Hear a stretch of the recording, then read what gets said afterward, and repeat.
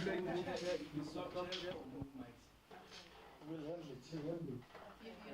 know what you know, no, you know what will probably work better? When you are done, you just move one chair up, he gets up and moves here. Because I think maybe trying to fit on. No, but I think you are fine. Oh, the two But you can must swap. also come close. Yes. Don't be afraid of me, okay? I don't bite anymore. Okay, colleagues, I think we can start. If you're all ready, good afternoon and a warm welcome to everyone that has honored our invitation for this joint initiative of the National Press Club together with the African Media and Communicators Forum, whereby the two organizations will share some developments pertaining to the disappearance of fellow journalists Busiso Aseri Ndlovu and his partner Zodwa Mdhluli are concerned. As most of you are aware, the couple has been missing since the 18th of February this year. So my name is Musiri Mokhele from the National Press Club, joined by Antoinette Slabet on my immediate right. She's the acting chairperson of the National Press Club. Next to her, we have Elijah Mhlanga, who is the chairperson of the African Media and Communications Forum. And then right at the end, we have Calvin Rafadi, who's a crime expert. So the format, we are going to afford the panel the opportunity to address us, followed by an opportunity for questions and answer afterwards. So I'm going to ask Antoinette to go first, followed by Elijah. Good afternoon. Thank you so much for coming this afternoon.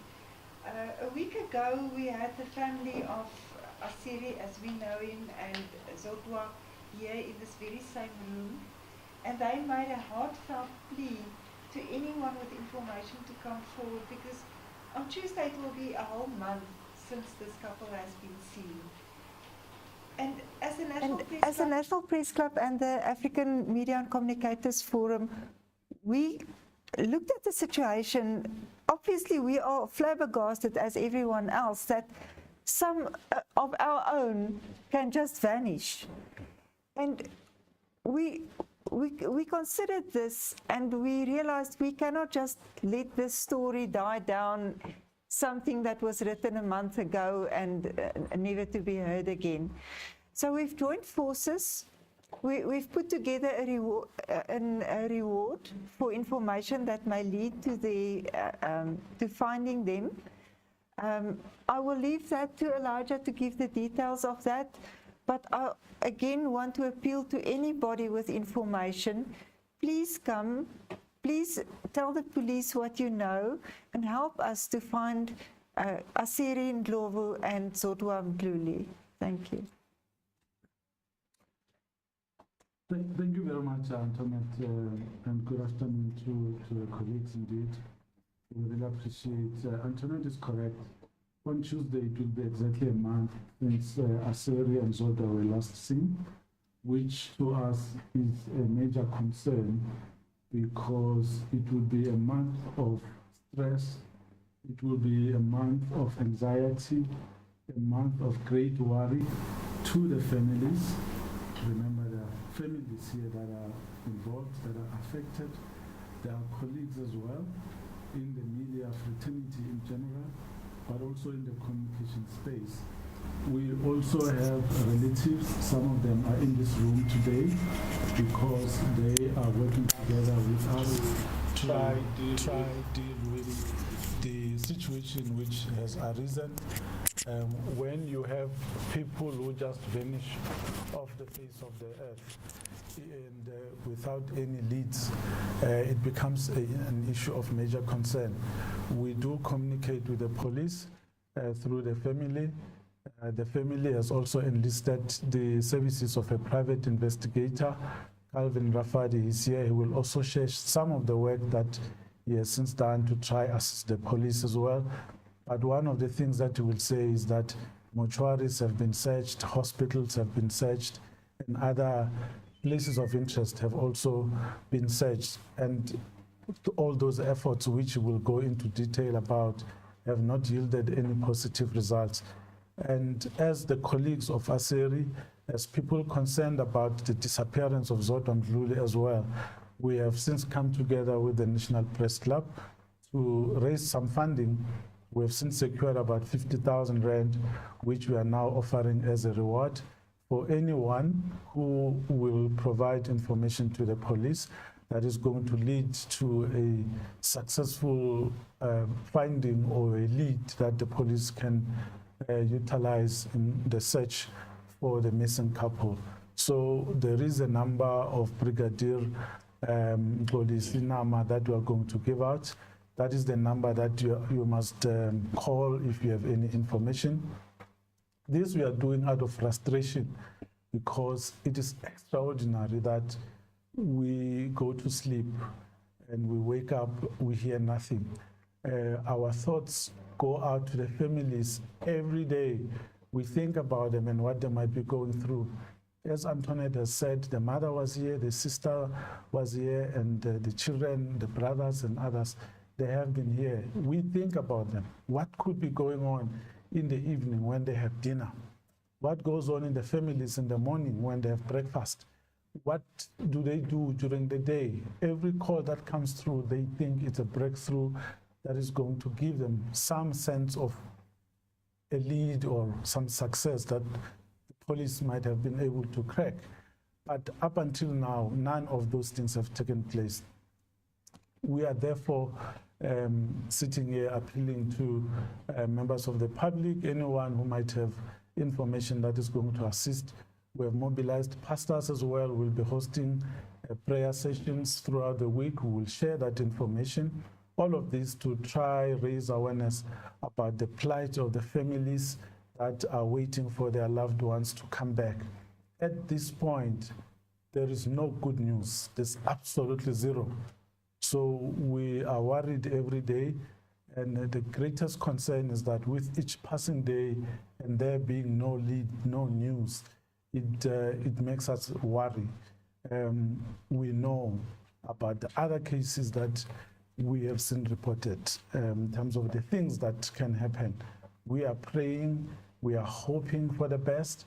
We are of the view that if we can work together with the authorities and the members of the public, we should be able to see some progress that is going to lead us to their whereabouts.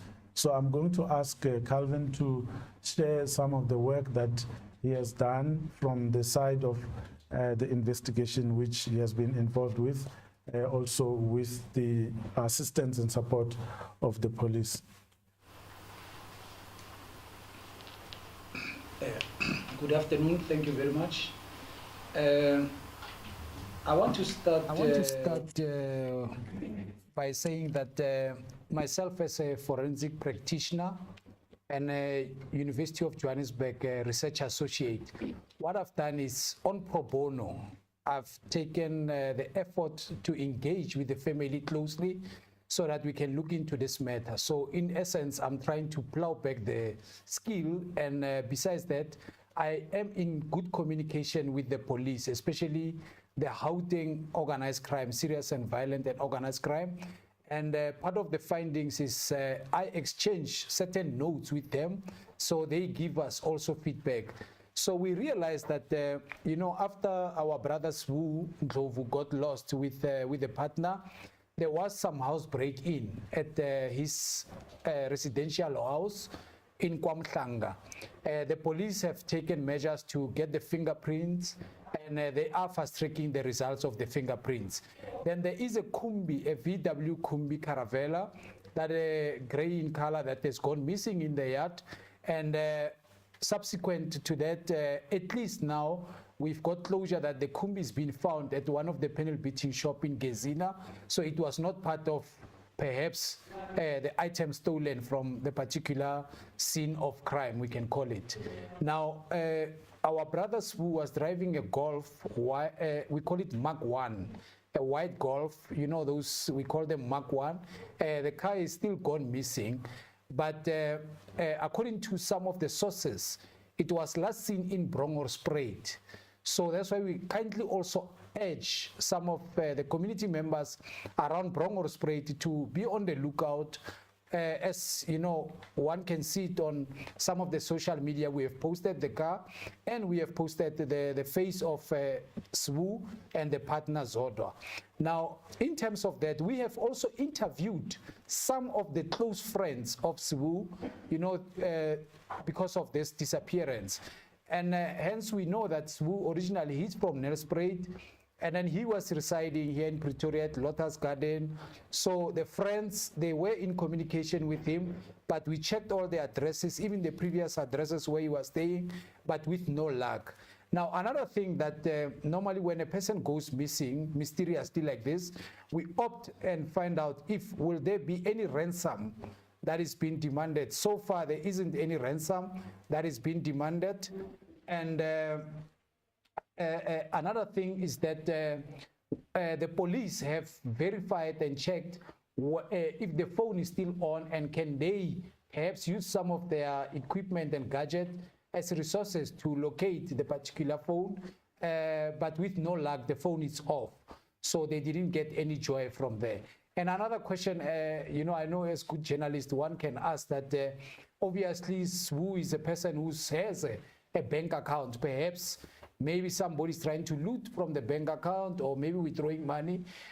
From where we stand with the police, they've given us surety that so far there isn't any money that is being withdrawn. In fact, there is a salary that he received on his bank account, and is still as it is. So there is no one who's holding him ransom, you know, trying to withdraw the money. But again, at the same time, like we said, the phone has been off, the car is still gone missing. And our brother has mentioned that mortuaries, we went to mortuaries, we went to all hospitals, even driving around, you know, in some of the outskirts areas where we can see that, you know, where it is assumed that the last tower of the phone could have been at, and we checked, and to date, we don't have any luck. So we welcome the move of the press ombudsman to give out the reward, and anybody who's got this particular information, which can be crucial, you know, to the success of recovering Umama Zodwa and Zodwa Mdhluli to come forward. But also, I want to caution some of our community members. Please, guys, no hoax calling.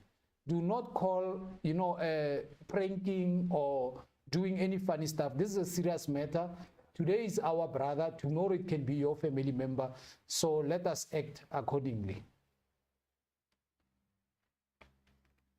Thank you, Calvin, for that information. As you've heard, the number to call for those who might have information that could lead to the tracing of Zodwa and Aserie, it's 082 778 9035, and the number belongs to Brigadier Nama, who is the provincial head for serious and violent crime investigations. So that's the reward. The reward, 50,000 rand that has been made available by the African Media and Communicators Forum together with the National Press Club. But I also just want to mention that in the audience, we do have representatives from the family, as well as representatives from MDDA, the Media Development and Diversity Agency. As some of you may recall, Aserie is the founder of Capital Live SA FM, which he was assisted by MDDA to set it up. So we're going to open for questions and answers, and we'd request that you introduce yourself and the media house you represent.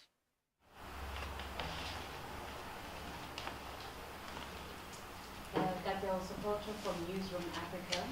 Just a question about Aserie's, as a journalist, the work he was doing. Do we know if he was investigating anything that may have been sensitive, anything that would have put him in danger?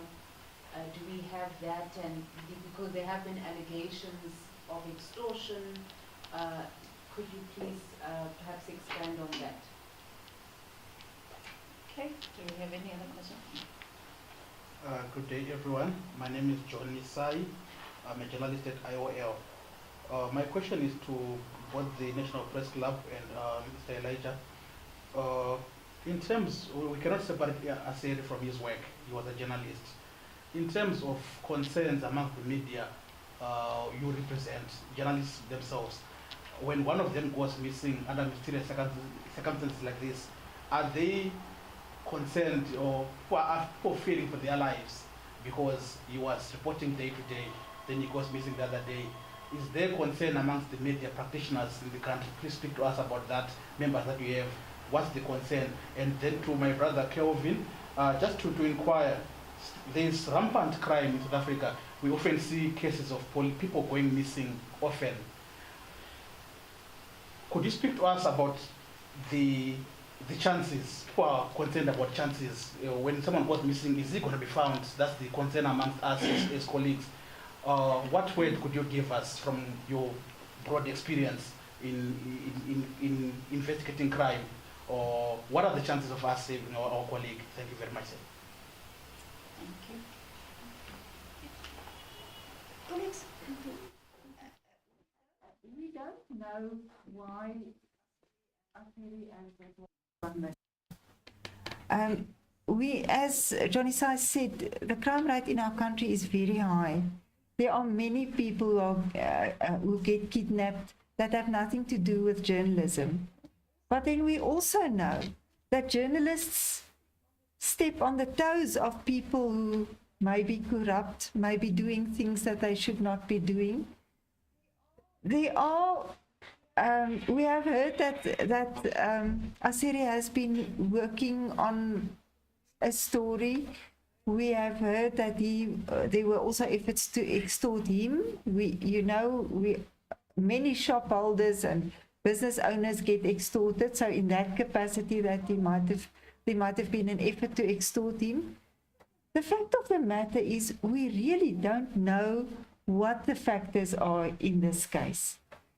But speaking for journalists in general, I don't think that a journalist and someone like Aserie would stop doing their job looking for the truth because there is danger. Obviously, we are concerned about our journalists in our country, and obviously we don't want them to be exposed to danger unnecessarily. But as journalists, we will look for the truth, and we will go where we have to go to find the truth. Thank you. Yeah, thanks for the question. We are worried. You know, on our platform, we have both communicators and practicing journalists. And at various times since the disappearance of Aserie, there have been questions. They are messaging us, asking what has really happened. We don't know. They are concerned. You know, Aserie was running a community radio station, which is one of the stations that is being used to run different campaigns. I can talk specifically about government campaigns, which were put on the platform that he co-founded. And we found that platform to be a useful one. And some of us in government communication, we were communicating directly with him as the founder of that platform. So now some of that work has been disrupted. People want to know what's going to happen. You know, those types of things. Even the staff at the station, they are doing their best to keep the business going, but things are very difficult. So concern in the communication space is there. Colleagues want to know, because this matter, it can happen to anyone, as Antoinette has said. People go missing.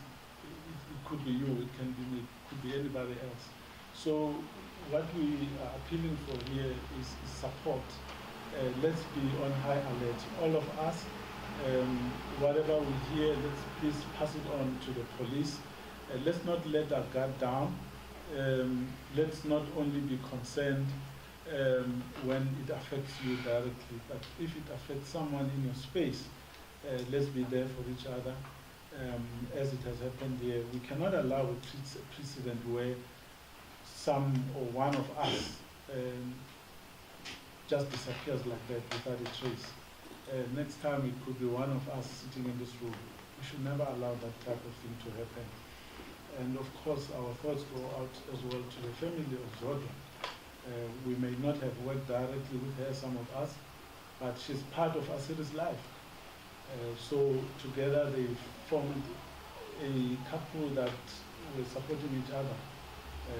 So yeah, we are not okay. That's the message. We are not okay. Just in December, we hosted a media networking session which he partly sponsored. That's the type of person that we're talking about here. Someone who said, I'm going to put forward the resources that I have from the station to support this unity that communicators and journalists have. So it's that type of committed individual. So we are saying, please help us find him. We need closure of whatever type, but we really need to know what happened. We are comforted by the work that Calvin is doing together with the police, but we also want to send a message to the police as well, that please prioritize this matter just like we prioritize any other matter of a disappearance of a person. We are not asking for special attention, but we are just saying it's just painful when something like this has happened. We cannot forget it. In fact, from today, we will be running posters as well with the days that the couple has been missing. It's 28 days today, tomorrow is 29 days, on Tuesday it's 30 days. And we'll be issuing these posters every day until we find closure. We will be releasing this with the details of the reward as well, and the number that you are going to be calling, so that we really keep it going. So please use your social media platforms and other platforms that you might have. In fact, we need to convey a special message of gratitude to the media houses that are here, because you are showing us consistently, just like it happened with the first media briefing, that you are with us. You fully support this. You understand that it's also about you. It could be one of yours. So we really need to rally behind each other and make sure that we show support mostly to the families. So we thank you very much for that. I'll hand over back to you, Chair. Okay. Let me just answer yeah, that. before you do, just to echo that, I think Antoinette have touched on how the industry has really come together to show support towards the tracing of our colleague and his partner. And I know she's just walked in. She's the CEO of MDDA. As we've mentioned, Aserie has founded a community radio station operating in Mamelodi, but also other industry players like your press council as well. They've come on board. They've been releasing statements.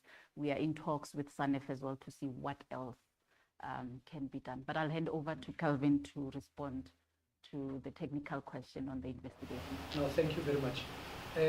I think, Katleho, the question that you ask you with Aserie is that the modus operandi or the pattern. So what basically happened is that CCTV footage of the Denling shopping center where Aserie's got a small booth where he runs his community radio station.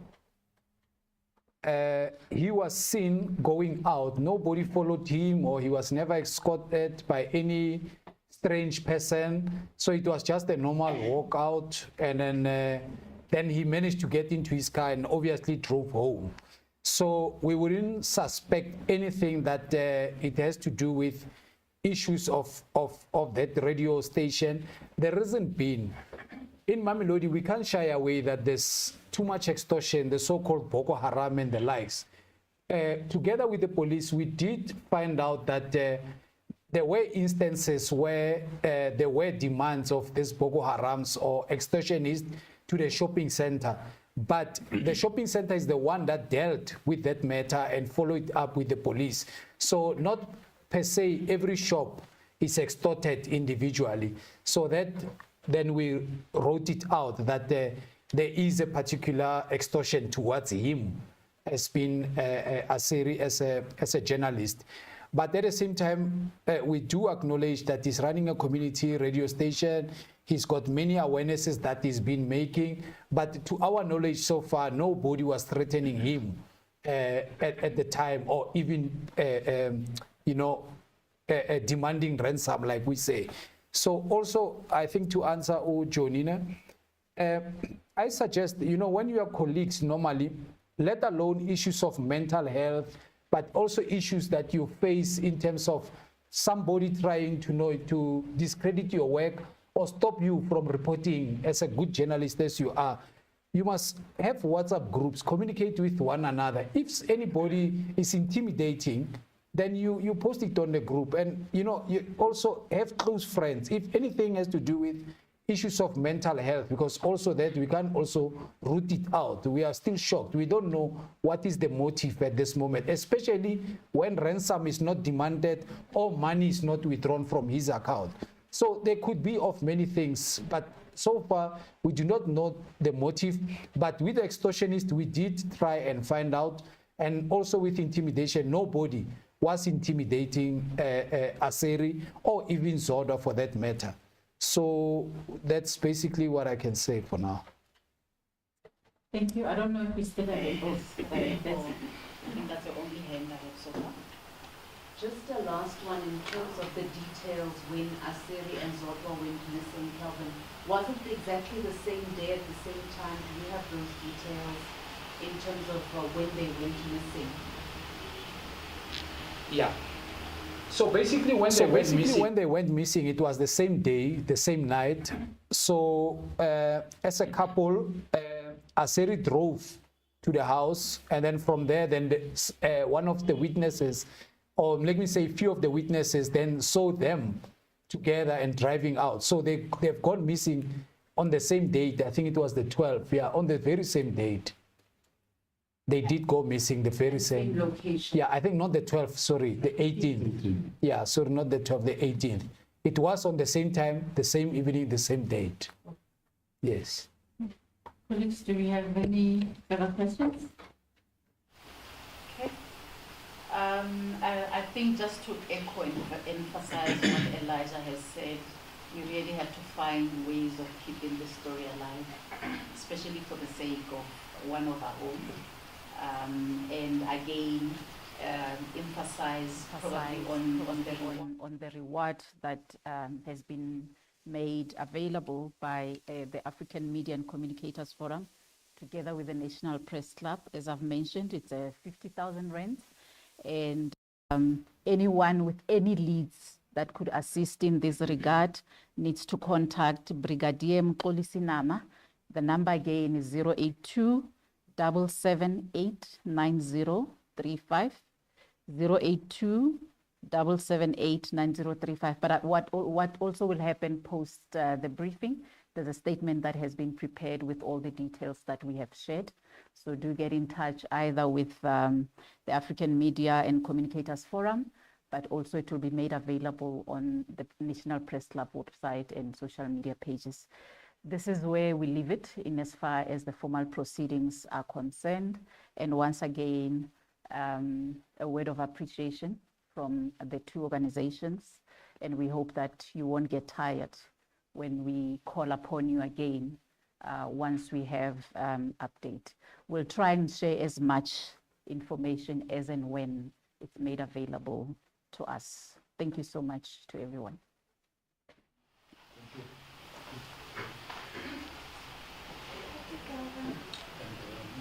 So off camera, there's refreshments downstairs. And the National Press Club is inviting nominations for the Newsmaker of the Year. So please enter your